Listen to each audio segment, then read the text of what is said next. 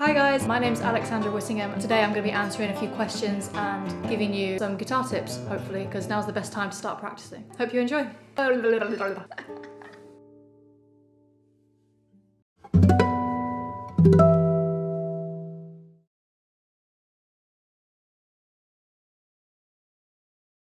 point of a warm-up routine is to get rid of all the horrible stuff before you start practicing. And there's always going to be horrible stuff in practice. It doesn't need to sound like it's pretty.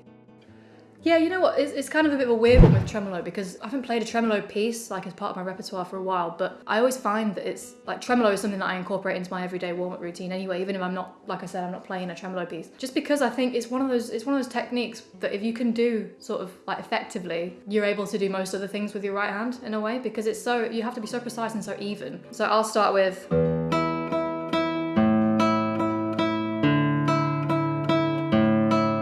the obvious. P-A-M-I, P-A-M-I. And you're always obviously trying to get it as even as possible with the da-da-da-da-da-da-da-da. I find it really helpful to accentuate different fingers and do dotted rhythms. So, for example, if you start with dotted rhythms.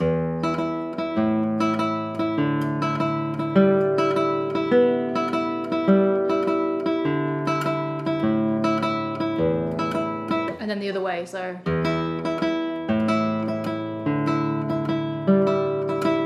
So on and so on. And then when you've done that, I find it really helpful, again, to accentuate the fingers like I said before. So, because in tremolo, it's very, very easy to make it sound like one of the fingers is accentuating. So for example, if you do, you know, like, it's very easy if you're playing a piece to not realise that it's sounding like, you know, it's like the A finger kind of stands out naturally a lot of the time. Getting each finger sounding like a sort of flowing melodic line when you're playing with 3 different fingers on one note can be quite difficult. So if you accentuate each one in this exercise, then by the time you come to actually playing a tremolo piece or just trying to play it evenly, it's much easier to hear which finger you're accentuating. So if you, so that's A, M, and then I, and so on and so on and so on. You can also incorporate both of those, so you could go. You can accentuate the A finger or any of the fingers and do the dotted rhythm at the same time, which is kind of a bit more of a like, but. And then I.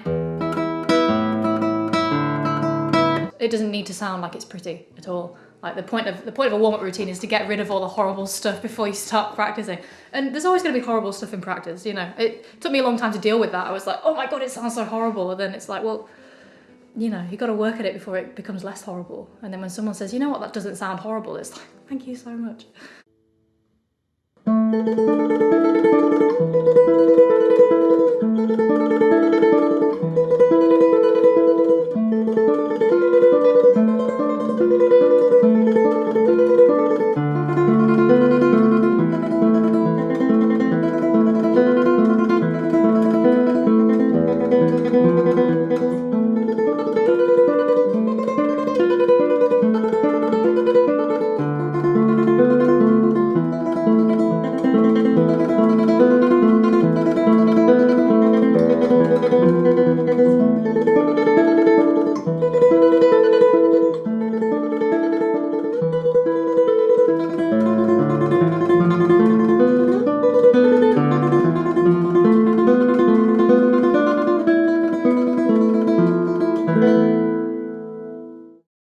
To be honest, I think it depends on what context it's in. So I think in things like scarlatti, I find right-hand trills, I don't know, I just love the sound of them. But obviously more, if you've got stuff in sort of like 19th century music, I don't know, I find sometimes that feel like I have more control with the left hand. Exercise-wise, like making up your own exercises is really useful. So if you're practicing something like the Villa-Lobos Prelude No. 1, where you have you have two trills in there. If you're practicing something like that, then I think, for example, making up exercises.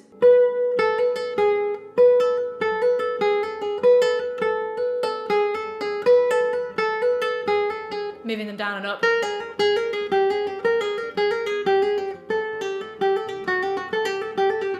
So if you can get your hand as used to that shape as possible, as used to sort of making that, like, sort of like muscle memory in that sense, but your fourth finger obviously always having to hit it really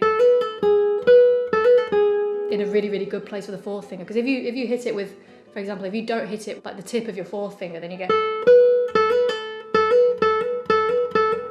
you know, your finger's just kind of like flopping on the string. Whereas if you get,